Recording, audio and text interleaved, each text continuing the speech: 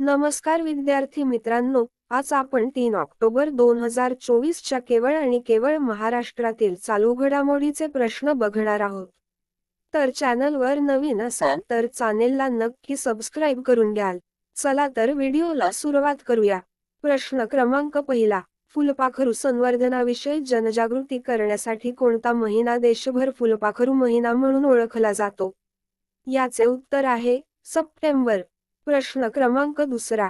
फुलपाखरू संवर्धन जनजागृतीसाठी वॉक विथ बटरफ्लाय या उपक्रमाचं आयोजन कोठे करण्यात आलं होतं? याचे उत्तर आहे वाशिममध्ये तपोवन येथे.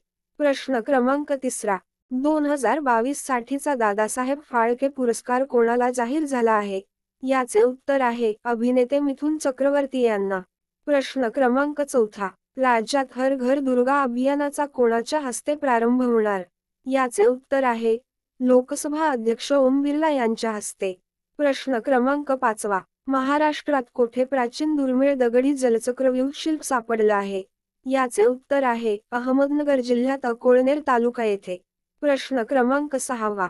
फ्रान्समध्ये पॅरिस इथं अलीकडेच झालेल्या ऑलिम्पिक आणि पॅराऑलिम्पिक स्पर्धेत सहभागी झालेल्या भारतीय चमूचा मुंबईत कोणाच्या वतीने सत्कार करण्यात आला? याचे उत्तर आहे रिलायन्स फाउंडेशनच्या वतीनं अँटिलिया या निवासस्थानी. प्रश्न क्रमांक सातवा. कोतवालांसाठी कोणते धोरण राज्य सरकारने लागू केले आहे?